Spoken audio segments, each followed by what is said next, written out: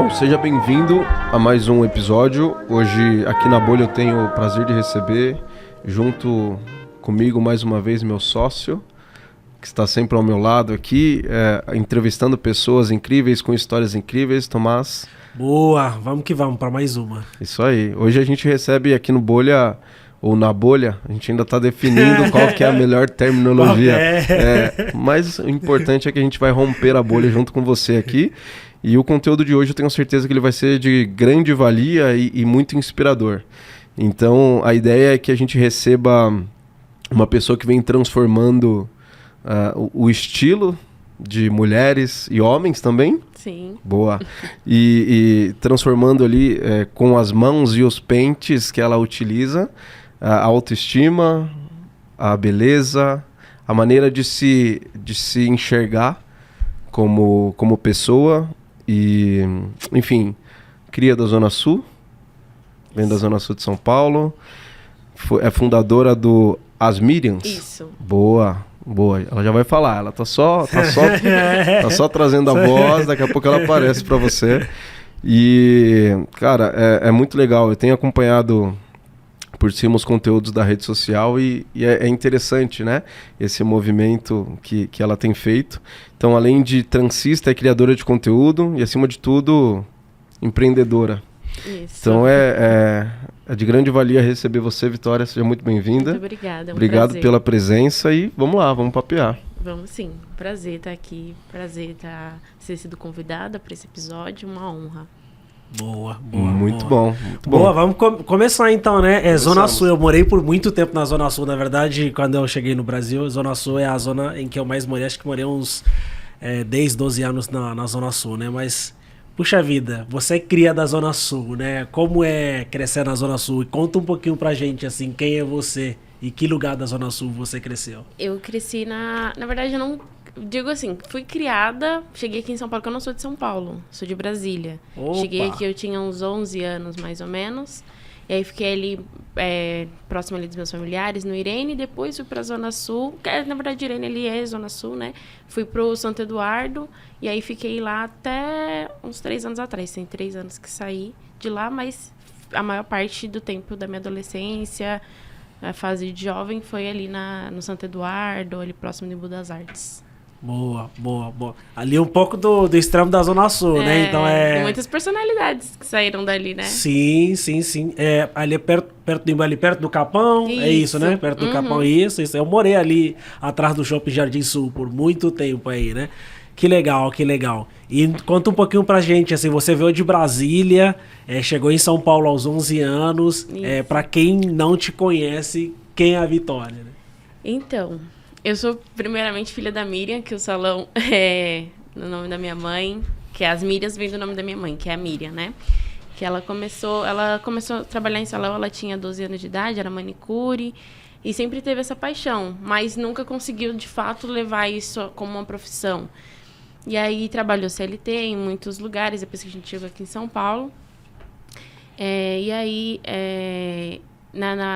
no período ali da minha adolescência, que eu estava em transição capilar, o recurso, né, financeiro era muito pouco para trançar o cabelo. E era algo muito inacessível, não tinha muitas referências, não tinha muitas pessoas profissionais, né, que faziam naquela época de forma acessível. Sempre era mais para o centro. E aí até não tinha linha Lilás, não era até Chácara Clabim, então era todo... Era até Santo Amaro Era até só. Santo Amaro, isso. E aí era todo um parto, assim, para conseguir chegar no centro. E aí tinha uma colega nossa que tinha feito um curso de trança e ela trançava assim meu cabelo às vezes. Quando a gente conseguia juntar o dinheiro, a gente pagava para ela, era R$50 na época, que pagava para ela fazer, e aí ela fazia. Só que era algo que demorava uns 2 dias normalmente para fazer e não era algo barato, assim, o material. A gente tinha que juntar mesmo o dinheiro para conseguir comprar. E aí minha mãe atendia CLT, numa fábrica de cloro, e recebia muito pouco. E aí a gente, em um determinado momento, a gente falou assim, vamos comprar material e a gente tenta fazer. Porque também não incomoda a nossa colega. E aí a gente, né, já tá final de semana, minha mãe trabalhava de segunda a sexta. Falou assim, vamos tentar fazer. Aí juntou o dinheiro, foi lá, comprou material. Que na época era muito caro. A gente comprou uns 10 pacotinhos pequenininhos, que não vendia pacotes grandes, né? E a gente comprou e foi tentar fazer. Na primeira vez, a gente demorou 16 horas para fazer uma trança simples, uma trança simples. Olha, mesmo. Se minha irmã estivesse ouvindo esse podcast, ela ia dar muita risada. Provavelmente ela vai ouvir, 16 horas. E, tipo assim, ficou horrível. Ficou muito feia. Ficou muito feia mesmo. E aí, depois minha mãe falou assim, mas pelo menos a gente fez, né? Aí demorou mais uns 3 meses, a gente juntou e foi fazer de novo. Na segunda vez já ficou melhor. E aí o pessoal da minha escola começou a perguntar, quem fez seu cabelo?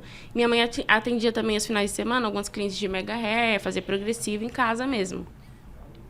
Aí o pessoal da escola começou a perguntar, quem fez seu cabelo e tal. Aí minha mãe falou assim, se as meninas quiserem fazer, você fala e a gente cobra um valor só do material assim né? E aí eu faço. Aí foi assim que começou. Aí uma indicação, aí minha mãe atendendo aos finais de semana, interligando com o CLT. E aí ela ia atender um cliente aqui, um cliente ali. E teve um momento que tava assim, já ficando meio apertado, sabe, para atender. E aí ela precisava sair do emprego, porque a gente é de Candomblé, né? A gente é de Candomblé e ela precisava iniciar no santo. Não sei se vocês já ouviram, mas ela precisava iniciar o ritual, né, de iniciação. Porque eu também estava muito doente e eu precisava fazer. Só que como ela era a mãe da casa, ela precisava fazer primeiro. E aí ela pediu demissão com o dinheiro da rescisão. Ela pegou e fez as coisas do santo e tal. E aí, logo em seguida, eu precisava fazer. Ela falou assim, eu tenho as parcelas... Falou pro nosso mentor, né? Que era a Society Flash na época. Eu tenho essas parcelas do seguro-desemprego. E a partir disso, eu preciso procurar outro emprego, né? Porque não tem como ficar sem trabalhar. E aí ela iniciou e tal, passou todo o processo. Aí eu precisava entrar também. Aí ela... com o dinheiro que dá do seguro-desemprego, aí foi fazer o meu também. E aí, quando estava perto de acabar, ela falou assim, então, agora eu preciso procurar um emprego, né? Falou pro nosso mentor, eu preciso procurar um emprego para continuar mantendo a casa, pagando aluguel. Aí ele falou assim, você não está atendendo aos finais de semana? Agora ela não estava mais atendendo aos finais de semana, porque ela já tinha pedido demissão. Falou, você não está atendendo seus clientes? Atende mais esse mês, tinha mais 2 parcelas de seguro-desemprego. Ele falou, atende mais esses 2 meses. E aí você me diz como que vai ser. No primeiro mês que ela atendeu, já deu mais do que ela recebia no CLT, que ela recebia R$ 1.100.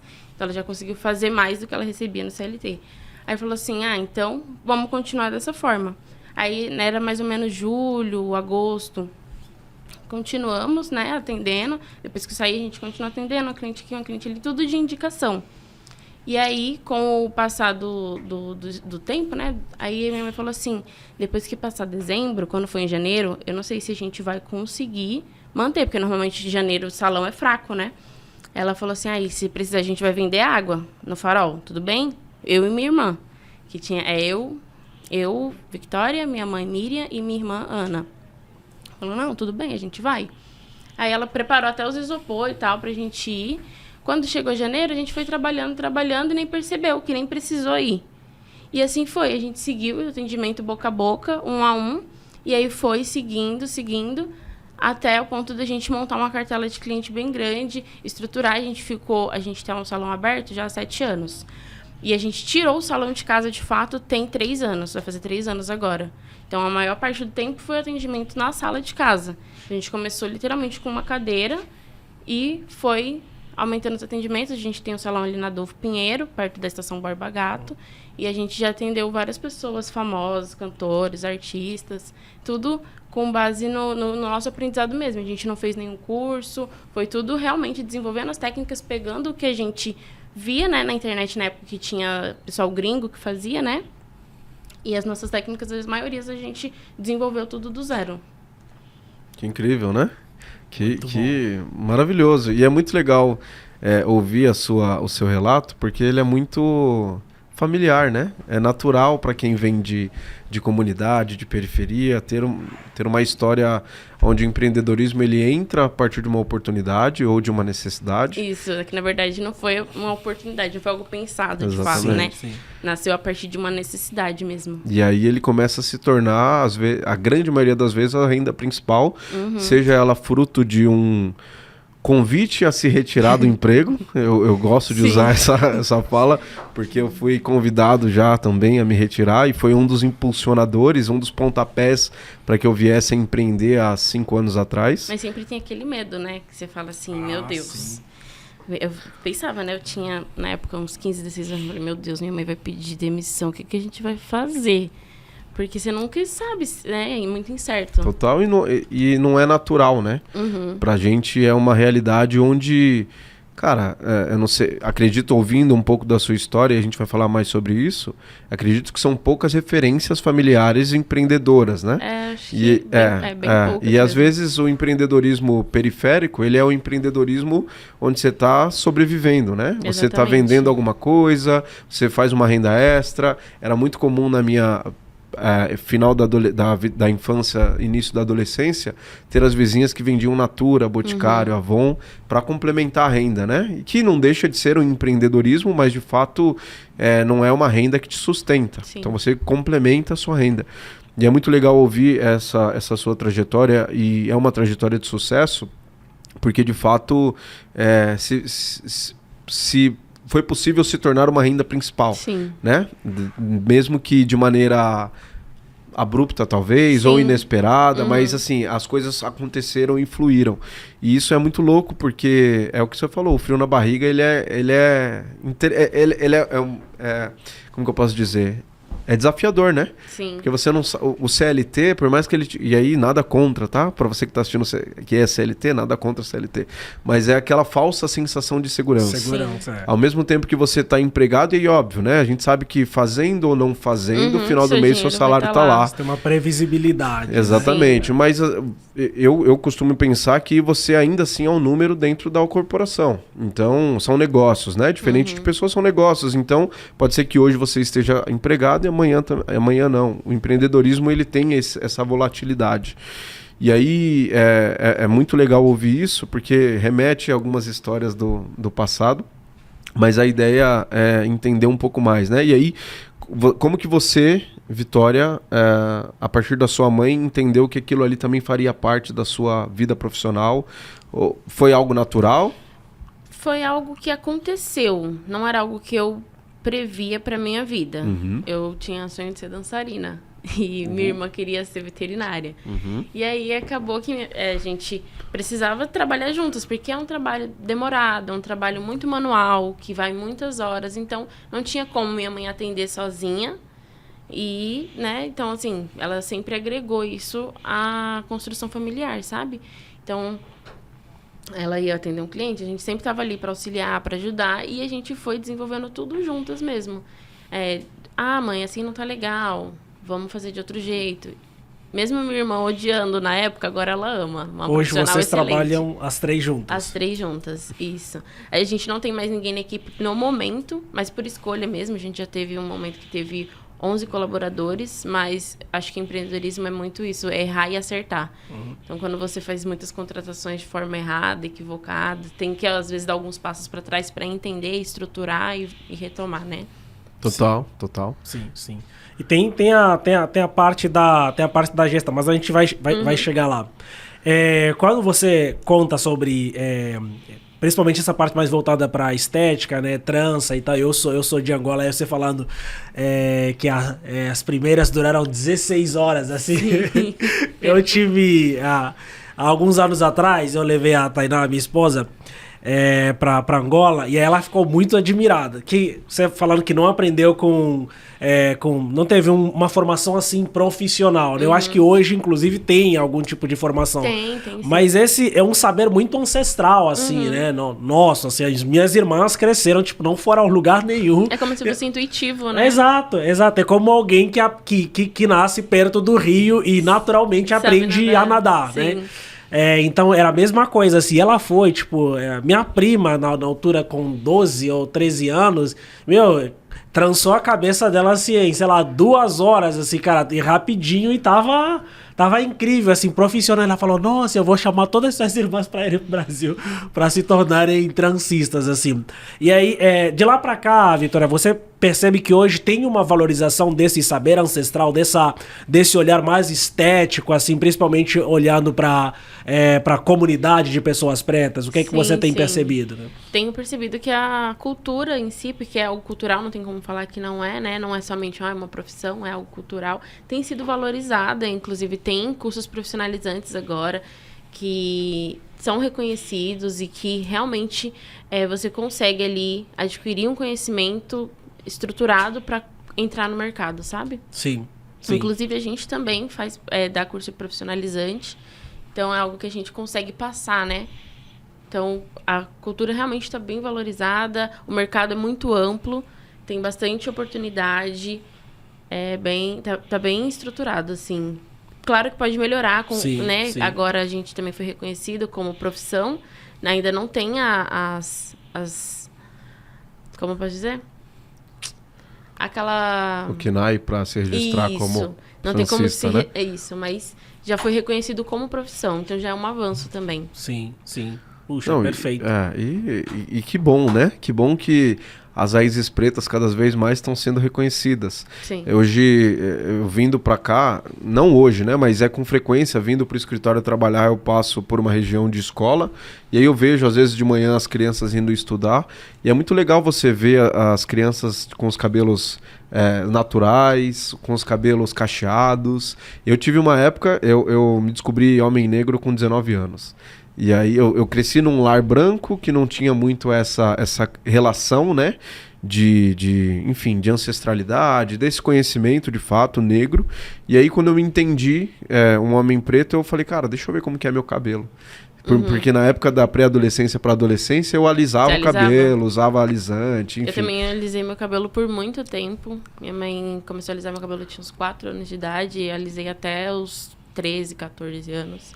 E é um processo muito louco, assim, quando você entende, você fala assim, caraca, eu nunca vi meu cabelo, né? E hoje em dia, se você vê as crianças, elas não têm mais essa necessidade de alisar o cabelo. Normalmente alisam por querer mesmo, né? Quem ainda alisa, mas é algo que tá abrindo mais, né? Essa questão do racismo por ser mais conversada nas escolas, né? Ter mais projetos, acredito que isso também tem feito muita diferença. Total, é o peso da representatividade, né? Sim. E aí eu deixei o meu cabelo crescer para ver os meus cachos, como que era. Hoje eu uso o cabelo mais baixo por praticidade do dia a dia, mas é muito louco como que muitas pessoas não se reconhecem, né? Não entendem a naturalidade do cabelo e outras camadas. E aí como que você hoje na sua profissão, na posição de mulher negra que você está, como que você enxerga que a representatividade é importante para que o seu trabalho seja difundido, né, e traga mais pessoas, mas que também ajude a nova geração de meninas pretas, de meninos pretos a se enxergarem e verem beleza naquilo que nós somos? A gente trabalha muito isso lá no salão também, porque eu acho que a trança ela também não tem que ser uma nova prisão, porque tem muitas mulheres que trançam o cabelo porque não se suportam ver de cabelo natural. E tem, né, não dá mais pra alisar, porque a alisa vai danificando, né? Alisar o cabelo vai danificando. Então tem mulheres que trançam o cabelo porque não aguenta mais alisar, mas também se prende na trança de uma forma que, meu Deus, eu não posso ficar sem trança de jeito nenhum. E a gente trabalha isso, é um trabalho muito de base, muito de formiguinha, mas a gente sempre bate nessa tecla de que tá tudo bem, você tá num lugar seguro, você se olhar com o seu cabelo. E hoje já tem clientes que antes não suportavam se olhar no espelho sem trança e hoje em dia já usam o seu cabelo natural, né? Que a gente vai trabalhando essa questão da representatividade e também ter pessoas pretas em lugares, né, na sociedade, de ter um empreendimento que antigamente transista não era profissão, assim, você fala assim, até hoje, assim, ainda é meio olhado torto, assim, você fala, você é o quê? Sou transista, a pessoa fica tipo assim, você faz o quê?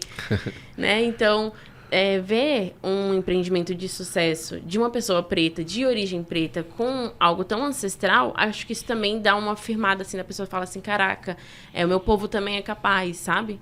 Então, acho que isso é muito importante. Tanto a gente estar nesse lugar, quanto fazer esse trabalho de, né, conversar, entender, falar, não, seu cabelo é por isso e isso que você se vê assim, e trabalhar isso no psicológico.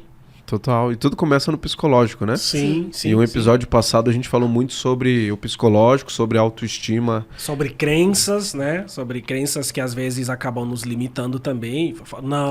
Quando a gente conversou sobre autoestima com a Ana, né? Ana Com Minuto. a Ana Minuto, isso, inclusive ela falou bastante sobre essa questão mesmo do olhar em si, da percepção, né? Que inclusive nós, pessoas pretas no Brasil, a gente acaba tendo. E que você percebe que é diferente, né?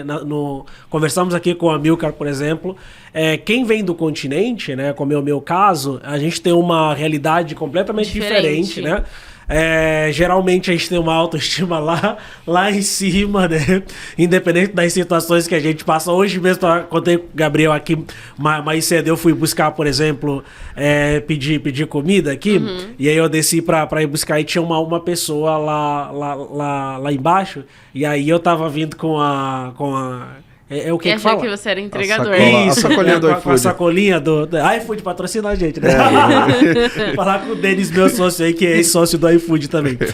E aí ele viu com a sacolinha do iFood e falou, cara, precisa do código? Eu não entendi, né? Falou, precisa do código? Aí eu me toquei e falei, não, meu amigo, esse daqui é meu, esse é minha comida. Falei, não, desculpa, pensei que você fosse entregador. Mas eu falei, se fosse uma pessoa branca, não ia te perguntar isso, né? E aí eu falei, não, se você quiser, eu posso te vender o meu. Mas assim, pelo dobro do que eu comprei.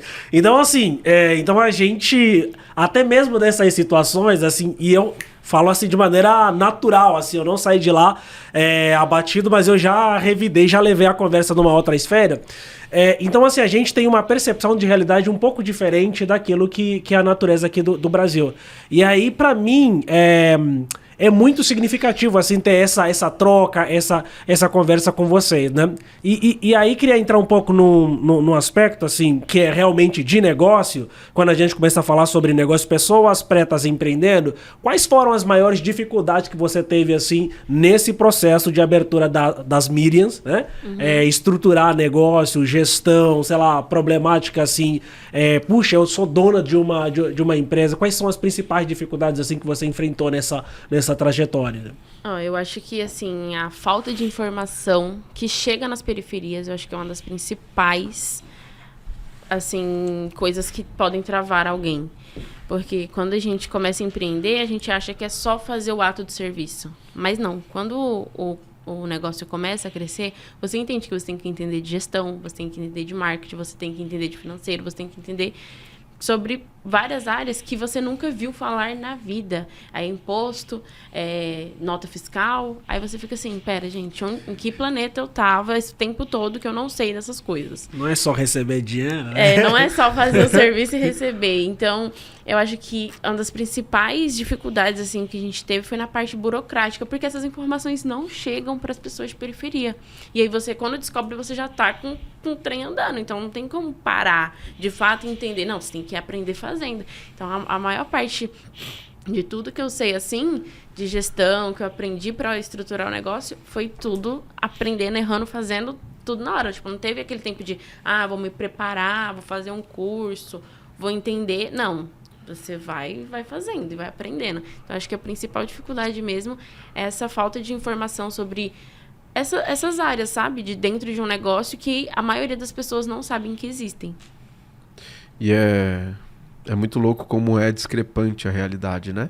Porque é exatamente isso. Às vezes a gente tem o pensamento de que eu compro e vendo, que é o início de qualquer empreendedorismo, mas é um empreendedorismo insustentável, né? Sim, é só a ponta do iceberg. Eu comprei por 1, eu vou vender por 3, e aí o que sobrar, e às vezes o que eu sobro, eu já acho que é meu lucro, e aí eu vou comprar uma pizza. Então é muito louco como... Se a gente não tiver esse cuidado, a gente ou vive no patino, né? Não sai daquele limbo e não consegue, de fato, transformar o seu negócio em negócio, ou, de fato, você quebra, o que a maioria das vezes acontece, né? E você quebra por falta de entendimento financeiro. Às vezes não é porque você é um mau profissional, mas é porque você não sabe o que tem que fazer no dia 2, né? Além de oferecer seu serviço e fazer um trabalho bem feito. É que nem eu falo, a gente só não quebrou porque não tinha investimento inicial. Porque se tivesse no investimento inicial, já teria quebrado umas 3 vezes. Que No louco, mínimo, né? assim. Quebrado umas 3 vezes. No mínimo. Porque quando você não tem nada, não tem Aham. o que quebrar, né? Então, é algo que, assim, pra, né, quem quer entrar no empreendedorismo, eu acho que essa é a principal coisa, assim, se arme de conhecimento. Muito bom, é uma ótima dica, né? Sim. Porque- A gente fala sobre pesquisa, né? Pesquisa de mercado, mas aí volta de novo no que a Vitória falou, informações, né? Eu acho que agora, eu posso estar equivocado, é um pouquinho diferente, sei lá, de há 10 anos atrás, há 15 anos certeza. atrás, você tem um avanço de informações um pouco mais disponíveis, mas ainda assim é diferente, as informações que chegam na periferia são diferentes das informações, enfim, de pessoas em outros lugares, né? Mas em todo negócio, realmente, a falta de informação é o que toma. E aí, no nosso caso, né, de pessoas que vêm de periferia, principalmente pessoas pretas, a gente começa a empreender já por necessidade. Sim. Então você já tem essa problemática. Você não empreende, puxa vida, né? Cara, eu tô na universidade, tô na empresa júnior, né? Nas universidades tem empresa júnior que você faz os experimentos ali as experimentações, participei de um hackathon, de sei lá o que mais das contas, de uma imersão, e aí vou desenvolver uma problemática, vou trazer uma solução. Não, você começa empreendendo por necessidade. Você mora no problema, né? Exatamente. Exato. Então, assim, você não tem tempo de buscar, tipo, cara, vou fazer um estudo de mercado, qual é a minha persona, qual é o meu problema. Não, e aí, de fato, a probabilidade de você quebrar é maior ainda, né? Com certeza. Total. E aí, olhando para esse cenário, quando a gente fala de empreendedorismo e desafios, teve algum desafio que de fato marcou vocês nessa jornada, nesses últimos anos, e que levantou ali, putz, acho que isso aqui não é para mim? Sempre. Empreender é sempre estar se perguntando, tem certeza se é isso que você quer fazer? Porque empreender é muito incerto, né? Chega um momento, claro, que você já tem algo mais sólido, mas em muitos momentos você vai se pegar pensando, cara, e se eu vou, né, largar tudo e pegar um CLT, tem menos dor de cabeça, porque realmente é algo que você precisa ali ter uma gestão muito boa, principalmente psicológica, para manter as coisas no lugar, entender tudo, né? Porque eu acho que o empreendedor ele tem que estar com o olho no peixe ou no gato o tempo inteiro. Mas já assim, principalmente quando a gente tirou o salão de casa. Porque era algo totalmente novo. A gente não entendia nada ainda sobre... Entendia assim, né? Muito básico. Sobre gestão, financeiro. Então a gente tirou o salão... Isso tem o quê? Vai fazer 3 anos agora? Tirou o salão de casa para pagar um aluguel de sala, um condomínio. A gente tinha um colaborador na época e aí a gente pensou assim, caraca, eu não sabia que... Eu achava que eu conseguia pagar tudo isso e de repente tem esse monte de conta assim. E aí a gente se pegou pensando assim, meu Deus, acho que esse é o momento de... Não, vamos fechar, enfim. Mas brasileiro não desiste nunca, né? Então a gente é persistente, continuou, entendeu muitas coisas, né? Deu alguns passos para trás para entender, estruturar. E agora a gente tá... Mas foi algo bem desafiador, assim. De fato, quando você tem um ponto comercial, assim, sólido, físico, é muito diferente. Boa. Você tocou no assunto que eu acho que é um assunto muito importante também, que é o assunto da saúde mental, né? Na sua percepção, qual é o tamanho da importância assim, da saúde mental? E aqui, de maneira dupla, Vitória, para o empreendedor e também para pessoas pretas, né? Eu acho que a carga aqui ela é mais dobrada. E eu posso estar equivocado, mas eu percebo que agora, inclusive, que pessoas periféricas começaram a despertar para falar sobre saúde mental, né? Eu acho que há alguns 10 anos atrás você não via muito, e principalmente pessoas negras, né?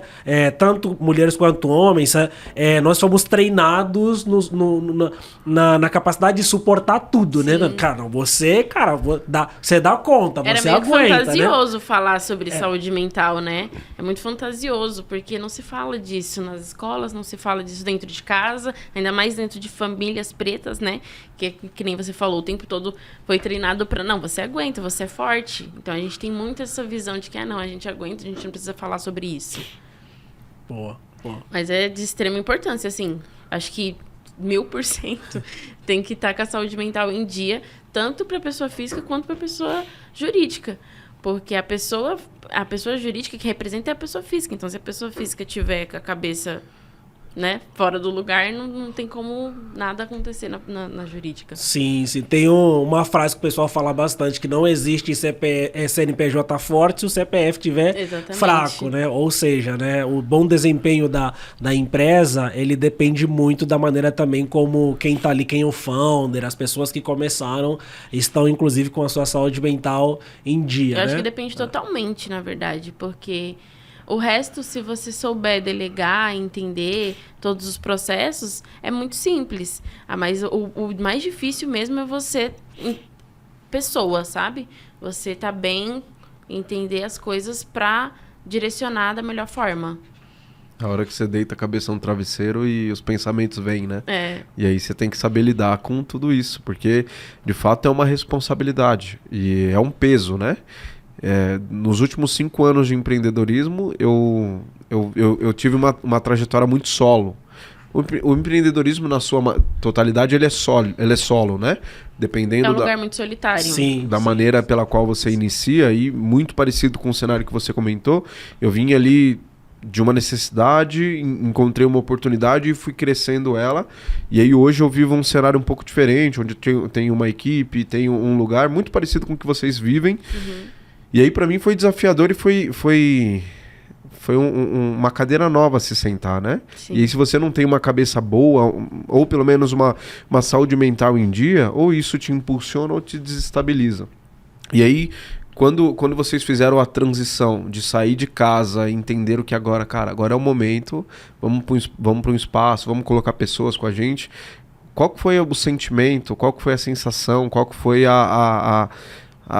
a memória que você tem sobre isso que você consegue compartilhar com a gente? Porque, de fato, é uma virada de chave aí muito grande. É um estourar a bolha, né? Sim, exatamente. Eu, inclusive, acho que essa foi a maior virada de chave da minha vida, assim, em todos os aspectos. Porque existe muito entusiasmo, você tá ali eufórico. Caraca, olha onde a gente tá, a gente, né, nunca imaginou na vida tá nesse cenário. E aí, de repente, quando baixa assim, o sangue esfria, você começa a sentir um pouco de medo, frio na barriga, e você fala, será que eu vou dar conta? É que agora você não representa só mais pra você, não é só você e sua família, você é representação pras outras pessoas, até para os seus clientes mesmo, porque eles te veem como inspiração. Inclusive, a gente tem uma comunidade muito forte com as nossas clientes, que elas são muito fãs mesmo, assim, não só do nosso trabalho, mas da nossa trajetória. Elas se orgulham porque a maioria das nossas clientes estão com a gente desde o comecinho. Então, elas acompanharam todo o processo e elas são muito orgulhosas. Então, você fica assim, caraca, eu não posso decepcionar essas pessoas, sabe? Então, acho que isso é uma das coisas assim que a gente mais se apega, mais, né, que mais nos dá força mesmo, eu não posso decepcionar essas pessoas. E é louco, né? A importância da saúde mental em dia, porque teoricamente não, indiretamente você coloca-se um peso sobre as costas do empresário, empreendedor, que é exatamente isso, né? Eu não posso decepcionar as pessoas que estão ao meu redor, sejam elas diretamente, como família, pai, mãe, esposa, marido, quem seja, ou quem está com você ali, de fato, vivendo, né? Sendo sustentado pelo trabalho que você que tá sendo colaborado junto com você. Então é de grande responsabilidade, de grande valia você estar em dia e de fato ter essa ciência, né? Sim. Porque cada vez mais, que bom que cada vez mais a gente tem olhado para a saúde mental, sim, mas ainda assim é algo que é negligenciado, porque a gente entende que, putz, cara, é besteira, tô com uma paradinha aqui, mas não é nada, vambora. Nossa, sente um pálpebra tremendo aqui, uns espasmos além da realidade, e aí, pô, tô legal, tô bem. Então é de fato entender que ser forte não é ser de ferro, né? Sim. É legal você se revisitar e se conhecer também, né? É que eu falo, a gente só chegou onde a gente chegou, pelo menos, não que não seja possível, mas é que nós somos em 3. Então, eu, minha mãe e minha irmã, a gente é meio que a fortaleza uma da outra. A gente se apoia, quando o ano não tá muito legal, aí a gente conversa. Então, é importante você ter pessoas com você. É um lugar solitário, mas é importante ter pessoas com você. Você não vai conseguir fazer tudo sozinho, né? Total. De fato. Total. Esse é um ponto importante, né? Entender que você não precisa fazer tudo sozinho quando você tem uma rede de apoio Sim. que de fato te sustenta, é algo que é libertador. Porque você para de carregar o mundo nas costas e de fato você começa a dividir o peso, né? Sim. Isso é legal, é muito bom. Sim, sim. Você, falando sobre essa questão de rede de apoio, saúde mental, você percebe o espaço de vocês, as Mirias, como um local também de acolhimento, por exemplo? Com certeza. Tem clientes que falam lá, chega lá, senta na cadeira e fala assim, eu só precisava vir fazer o cabelo para conversar. Eu não precisava nem trocar o cabelo, às vezes nem estava na época da manutenção, mas eu precisava vir conversar com vocês. Porque é um lugar muito de acolhimento, de conversa, de troca. É algo muito ancestral mesmo, porque é aquele cuidado, sabe? Não só para estética, mas é um cuidado com a alma, um cuidado espiritual, com psicológico. E eu acho que a estética também influencia muito a forma como a gente enfrenta o mundo, né? Que se a gente não tá se sentindo bem fisicamente, esteticamente, a gente fica se colocando para baixo. Então, acho que isso também é muito importante pra gente lidar com as adversidades aí da vida. Boa, boa. Você falando sobre estética, você participou de um podcast onde você falou sobre estética periférica como resistência. Eu acho que é Criativos da Quebrada, isso. né? Fala um pouco sobre isso pra gente. Mas você fala em qual... O que é pra você a estética como... estética periférica, assim, o que é estética periférica pra vocês? Estética periférica, eu acho que surge da representatividade, né? Porque quando eu usava trança quando eu era mais nova, cabelo de miojo, cabelo de plástico, cabelo de boneca. Então, acho que é mais da gente pegar para nós mesmos, a nossa cultura, transformar elas, ressignificar pra gente mesmo, que é de periferia, pessoas pretas. E hoje em dia já é uma cultura, já é uma estética que é visada por pessoas brancas, por pessoas de outras classes sociais. Então, eu acho que a gente se fortalecer como periferia, a gente se fortalecer como nosso povo mesmo, eu acho que isso é a parte mais importante que engloba a estética periférica mesmo. Tanto as vestimentas, trejeitos, formas que a gente se comunica, a gente se assegurar disso, de que isso é muito rico e valioso, é muito importante. E eu complementaria até a sua fala, que foi muito bem colocada, com o exemplo que o Tomás trouxe, né? Acho que a importância da estética periférica, ela evita que cenários ou situações parecidas com o que você relatou mais cedo, na hora que você foi buscar o almoço, aconteçam. Porque não é porque você é negro, que você tá com o cabelo trançado, que você tá com uma jaqueta diferente, que você é um entregador. Tá tudo bem se for também. O problema não é a profissão. Mas é sempre subjugar a gente a cargo de serviço, lugares, né? Exatamente. Sempre subjugar a gente nesses lugares de subserviência. Né? Como se a gente não pudesse ocupar outros espaços. Exatamente. Então, é legal essa representação, porque existem lugares que você pode também alcançar e que de fato você possa expressar a sua cultura. Você não precisa se adequar a uma cultura que foi pré-estabelecida e pré-colocada, né? E quanto mais a gente ocupar esses lugares, mais as pessoas, né, que são de onde a gente saiu, vão ter esse olhar de eu também posso chegar ali, esse lugar também é pra mim, porque às vezes a gente entra no restaurante e aí só tem pessoas brancas e fica até assim, meu Deus, eu acho que eu nem devia estar aqui. E acho que quanto mais a gente ocupar esses lugares, é importante, tipo assim, não, por que não? Eu tenho dinheiro como todo mundo aqui. O meu dinheiro não vale menos que o seu, então eu vou ocupar esse lugar sim, se colocar nesse lugar. Eu não vou ficar só me privando, eu só vou ocupar esses lugares. Não, a gente tem que estar em todos os lugares que a gente quiser mesmo. Boa. Eu frequento vários lugares aqui em São Paulo e é engraçado assim, né? E às vezes, de vez em quando, eu gosto de... Vou com uma camisa como essa e tal, e aí o pessoal fala, nossa, que... Né? Aí, nossa, que interessante. Mas aí você percebe que, às vezes, o senso de admiração não é necessariamente, sei lá, pelo fato como eu diria...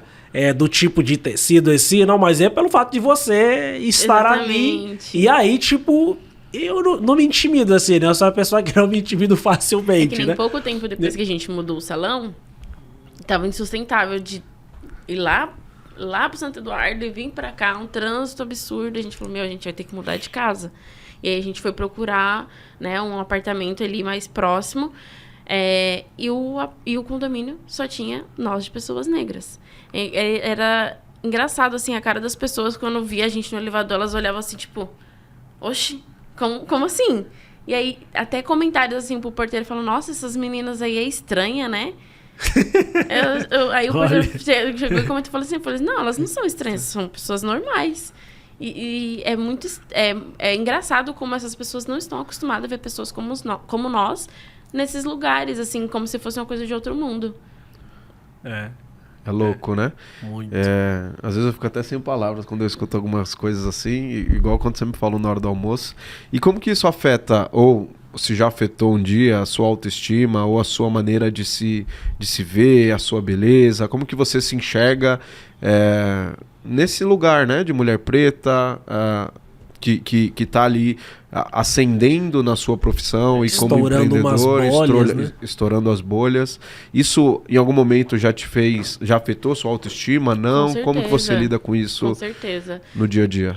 Tanto quanto lá no salão, também somos as únicas pessoas negras, onde é a sala comercial do salão, né? Somos as únicas pessoas negras ali. E já chegou a me incomodar um ponto que eu falei assim, eu acho que não deveria ter trago o salão pra cá, sei lá, devia ter continuado na periferia, porque realmente, não desvalorizando a periferia, mas é um lugar que tem um acesso mais complicado para chegar, a gente recebe pessoas de fora do país, de vários estados, de toda São Paulo, então não tem como ficar num lugar que a acessibilidade seja ruim, né, difícil de chegar. E aí a gente se viu nesse lugar, tipo assim, não sei se foi uma boa ideia, porque a gente é destratada, nossas clientes muitas vezes são destratadas também. Chega uma mulher negra lá na recepção e já pergunta, já vai pras Miriams? Que é o único, como se fosse o único lugar que pessoas negras poderiam ir. Lá tem várias outras coisas, tem dentista, psicólogo, entendeu? Às vezes nem e a pessoa fica né, como se só tivesse ali. Então já afetou a autoestima muitas vezes, que você fica se perguntando se realmente é o certo que você está fazendo, porque ser o início, não que seja a primeira pessoa, mas a gente sabe que nós, pessoas negras de periferia que estamos ascendendo agora, é meio que o princípio, assim, né? Fomos pioneiras, assim, tanto na questão de profissão. Então, ser o único ali naquele lugar é muito assustador, porque você se vê num lugar totalmente inseguro, que você fica assim... Já chegaram até a colocar lixo no corredor e falaram que foi a gente, entendeu? Coisas assim desse tipo. Então, já afetou muitas vezes a autoestima, que você fica assim pensando. Você fala, não, vou levar no peito e vou conseguir. Mas em algum momento te abala, te afeta sim. Mas eu acho que o importante é você sempre se lembrar, né? E ressignificar toda essa dor e falar assim, não, eu tô aqui porque eu sou competente, eu mereço estar aqui porque eu me esforcei para estar aqui. É louco, né? Porque se você não tem um pensamento blindado, que obviamente é uma construção diária, É uma construção. A síndrome do impostor, ela pega muito, né? Uhum. Eu lembro que quando a gente veio para esse escritório, há uns meses atrás, eu ficava me perguntando, falei, caraca, velho, o buraco ficou mais embaixo agora, né? Porque agora, se tudo der errado, não era só o meu quarto. Não, e ainda é vergonhoso, né? Porque você fica assim, eu não posso voltar para trás assim, desse jeito. Aí todo mundo vai ficar lá. Mas eu acho que o importante é tentar. Mesmo se um dia precisar voltar, se um dia tiver que recalcular a rota, acho que o importante é tentar, sabe? Total. Não, e a tentativa, ela é o caminho do aprendizado, né? Eu tava conversando esses dias com uma pessoa do time e a gente tava falando sobre desconforto. Como o desconforto ele é engrandecedor.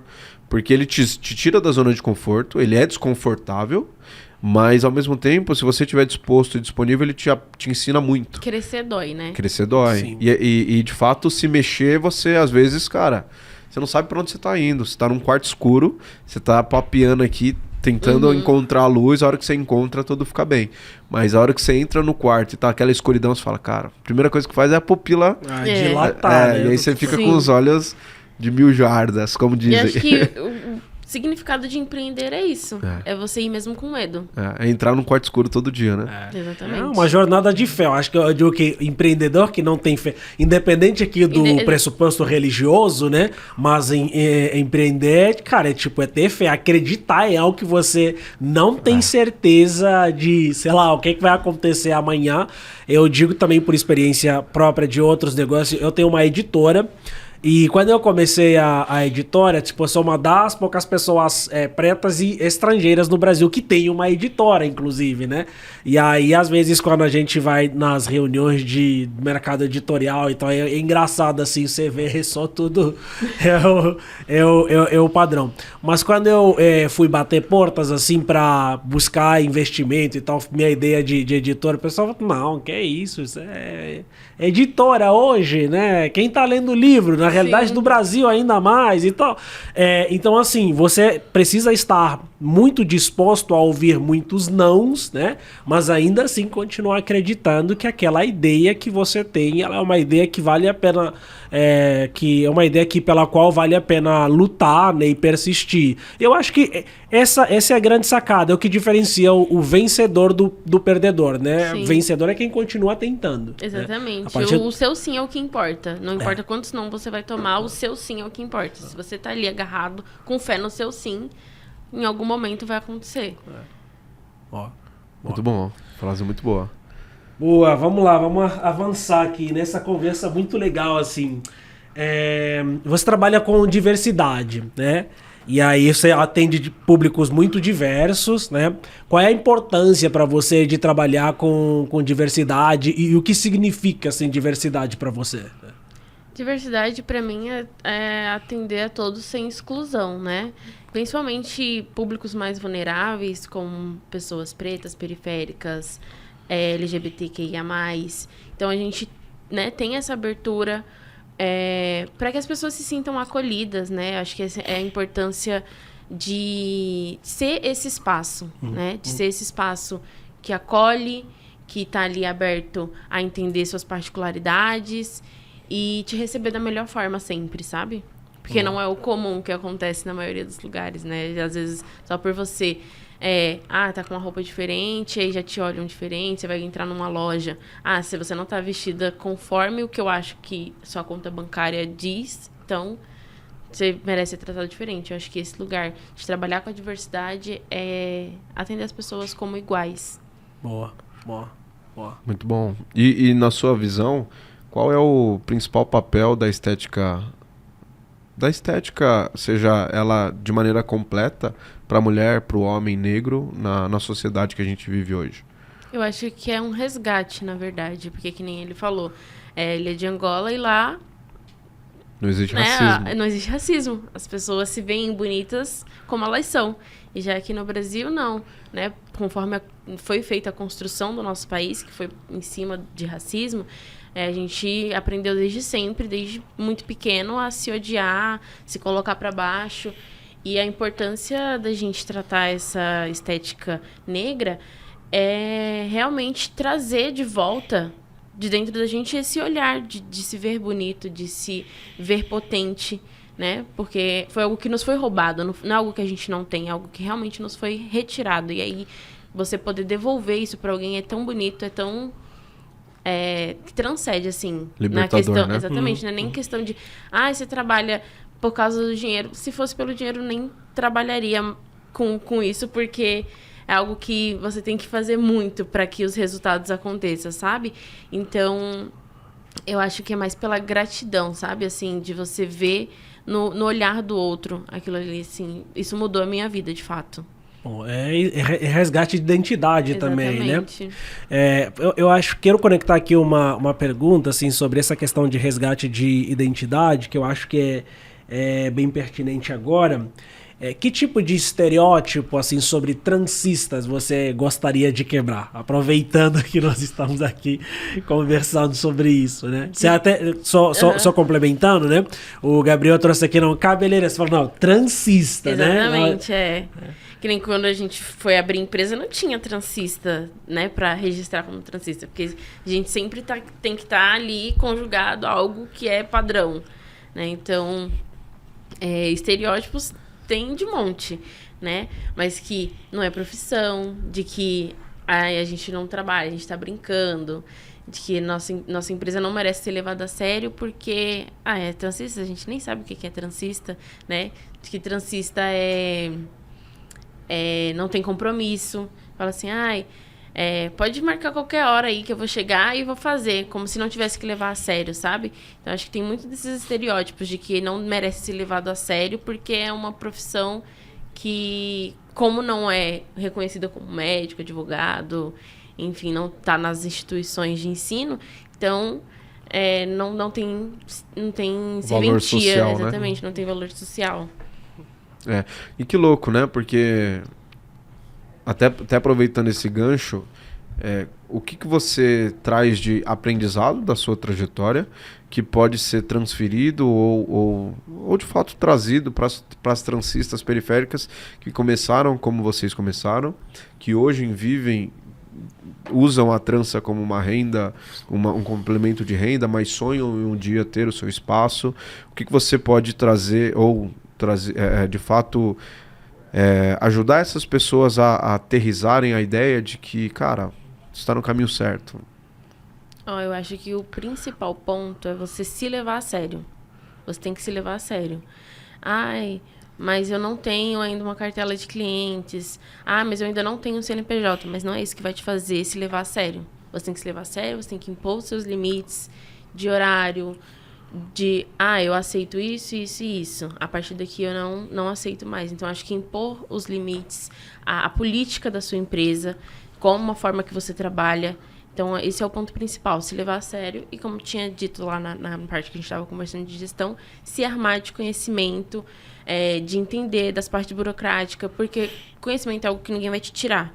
Então, é importante sempre você ter conhecimento, até para delegar mesmo as funções, que fala assim, não, mas eu tenho dinheiro para começar aqui, aí eu pago aqui para alguém fazer. Não, você tem que saber o que está sendo feito, porque como que você vai administrar aquela pessoa, que você vai ver os resultados que ela está entregando se você não sabe fazer. Então, acho que pelo menos o mínimo você tem que saber de tudo um pouco de dentro da empresa, para você realmente conseguir escalar o seu negócio e entender todas as etapas direitinho para funcionar, sabe?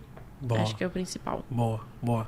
Vocês saíram da sala de casa, onde vocês começaram. Uhum. Agora vocês têm um espaço próprio, né, onde vocês fazem todo o processo de atendimento agora. Qual é o próximo passo? Qual é a próxima bolha? Qual é o grande sonho das Miriams? Onde você quer chegar com isso? A gente pretende ir para um lugar maior, contratar uma equipe de atendimento maior, que agora a gente atende numa sala comercial, né, dentro de um condomínio. Então, a ideia mesmo para os próximos anos é abrir algo físico, mesmo com fachada para rua, algo numa avenida bem grande, assim. Eu acho que esse é o principal foco, assim, a partir de agora. Estruturar de uma forma que a gente consiga expandir mesmo e futuramente até ter um instituto de profissionalização também. Muito bom. Transformar o mercado, né? Ajudar as pessoas que estão vivendo disso ou que talvez nem encarem isso como uma possibilidade de profissão, a trilharem um caminho novo. Sim. E aí eu queria até conectar uma pergunta, né? Que eu acho que é uma pergunta que eu gosto sempre de fazer, que ela é um pouco mais filosófica, mas o que você quer deixar de legado? Hoje vocês já fazem... você já tem uma vertical educacional, né? Vocês já treinam outras profissionais e preparam elas para o mercado, mas qual que é o legado que as Miriams querem trazer para o mercado hoje e levar para o futuro para o mercado de transistas mesmo? Que a nossa arte ancestral importa e que é muito além de dinheiro, é muito além de negócio físico. Acho que o legado mesmo é sempre se assegurar de que o imaterial importa mais do que o material, sabe? Porque a gente lida com pessoas que têm sonhos, pessoas que têm inseguranças.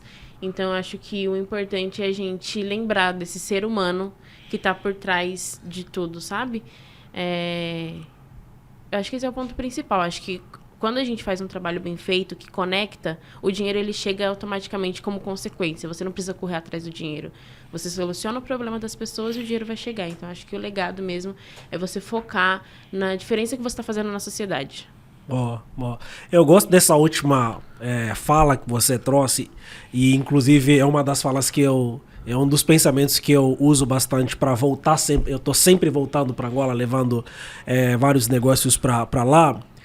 porque eu acredito bastante que dinheiro, ele chega quando você resolve problemas. Exatamente. Né? E eu acho que para quem veio de periferia, de quebrada, e às vezes a gente não aprende a olhar os problemas como potenciais, como eu diria, como potenciais fomentadores mesmo de recursos, né? Porque você não vai conseguir ganhar dinheiro se você não resolver o problema e resolver bem, né? Que é aí de fazer a coisa com excelência, né?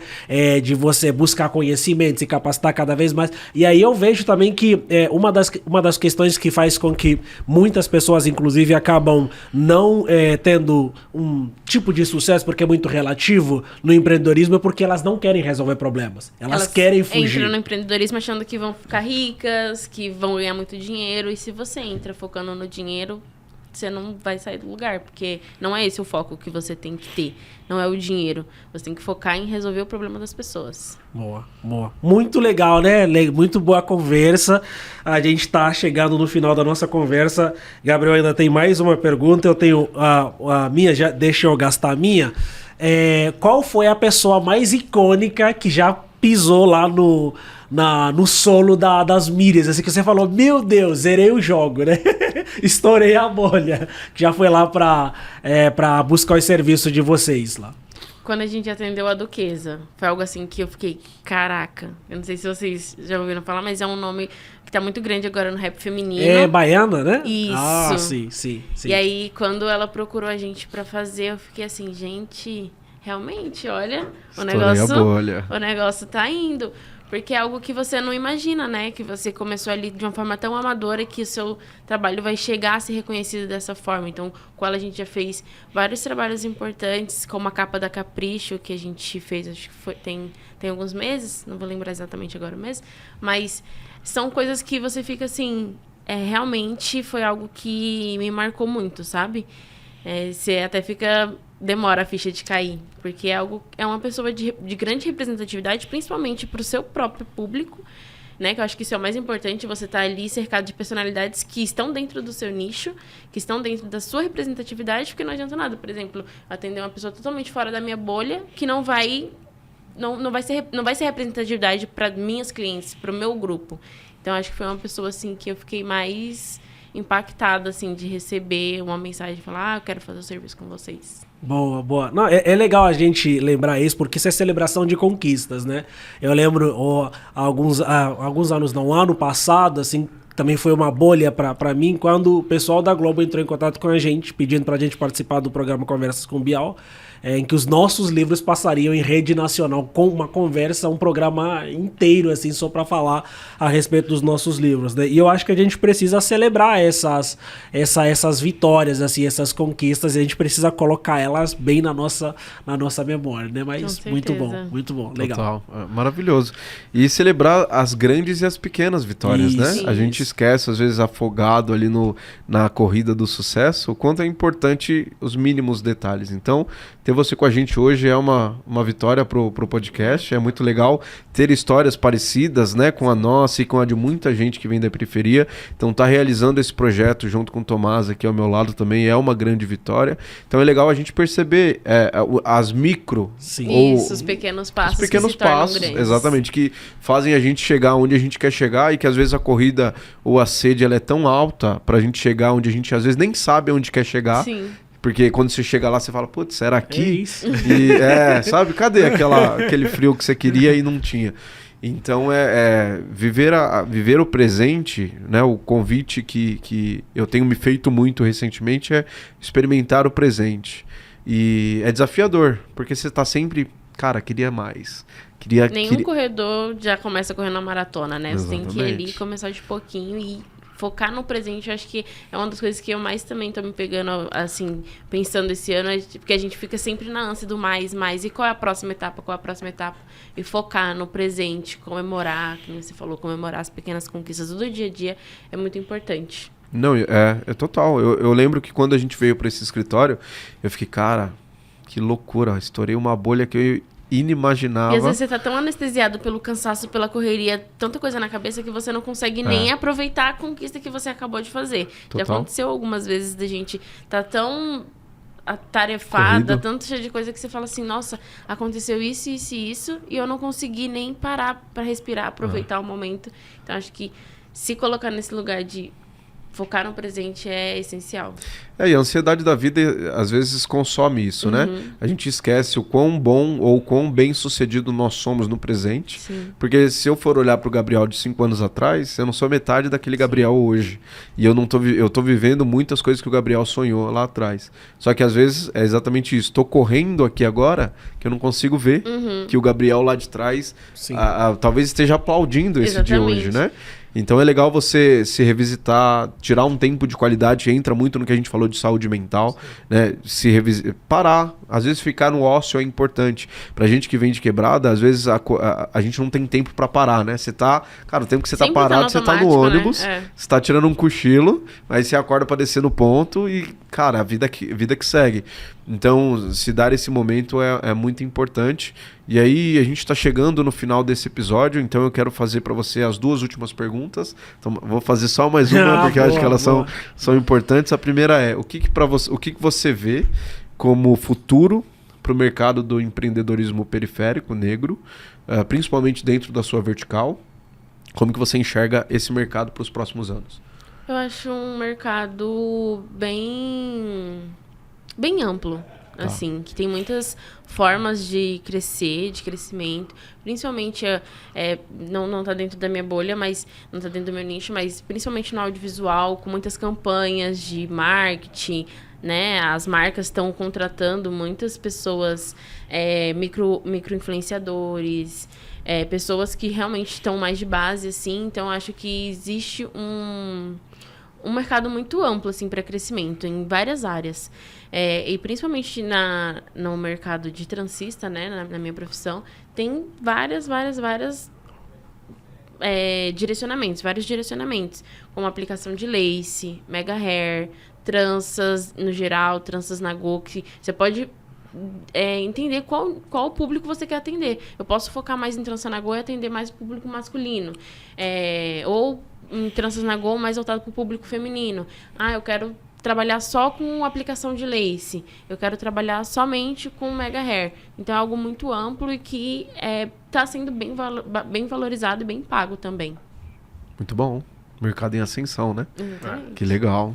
Mais oportunidade para a periferia. Sim. E que a galera consiga buscar conhecimento, consiga se profissionalizar para, de fato, construir o seu negócio. A gente, inclusive, está querendo montar um projeto para profissionalização, algo mais itinerante mesmo, para passar nas fábricas de cultura, para profissionalizar as pessoas de periferia, né? Porque se serviu para mim, como minha profissão hoje é o que eu vivo, consigo morar de uma forma mais confortável, tenho meu negócio, por que não pode ser para as outras pessoas também? Então a gente está desenvolvendo esse projeto para fazer cursos profissionalizantes dentro das periferias. Muito bom. Então, para você que assistiu até aqui, siga as mídias nas redes sociais para ficar por dentro do projeto, né? Quem sabe não pode ser uma transformação profissional para você que está assistindo a gente. Agora a última, vou encerrar.